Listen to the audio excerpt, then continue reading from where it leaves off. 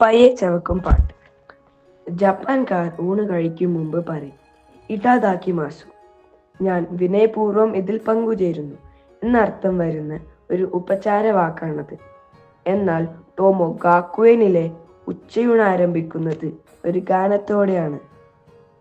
കോബായാഷി master പ്രത്യേകമായി രചിച്ച ഊണിനു മുമ്പുള്ള പാട്ട് പാടിക്കൊണ്ട് ഒരു സംഗീതജ്ഞൻ കൂടിയാണ് മാസ്റ്റർ.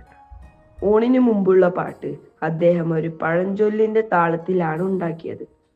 ഊണിനു മുമ്പ് പാടാറുള്ള ഒരു പരമ്പരാഗത ഗാനം എന്നു തന്നെ ആ ശീലിനെ കുറിച്ച് ടോമോയിൽ പഠിച്ച കുട്ടികൾ മിക്കവരും വർഷങ്ങൾക്ക് ശേഷം ഉറച്ചു വിശ്വസിച്ചു. അത്രയേറെ സമർത്ഥമായാണ് തുഴഞ്ഞു പോക തോണിയിൽ എന്ന പഴംപാട്ടിന്റെ ഈണത്തിൽ മാസ്റ്റർ വാക്കുകൾ തിരുക്കി വെച്ചത്.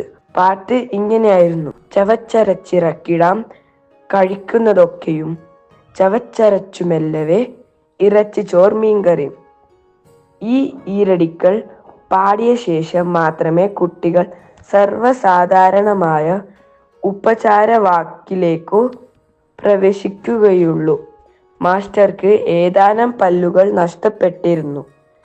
അതുകൊണ്ടാണോ പയ്യെ ചവക്കും പാട്ടുണ്ടാക്കിയത്? ആയിരിക്കില്ല.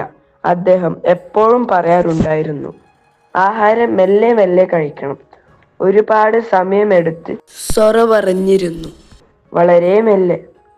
ആവോ, അത് ഓർമ്മിപ്പിക്കാൻ ആയിരിക്കണം നാടൻ ഈണത്തിലുള്ള പയ്യെ ചവക്കും പാട്ട്. കൊച്ചു ടോട്ടോയും കൂട്ടുകാരും കഴിയുന്നത്ര ഉച്ചത്തിൽ ഒത്തുചേർന്നു പാടി. ചവച്ചരച്ചിറക്കിടാം. പാട്ടിനു ശേഷം ഒന്നിച്ചു പറഞ്ഞു, ഇടാദാക്കി മാസു. കടലിൽ നിന്നും മലകളിൽ നിന്നുമുള്ള വിഭവങ്ങൾ മുന്നിൽ നിരന്നു.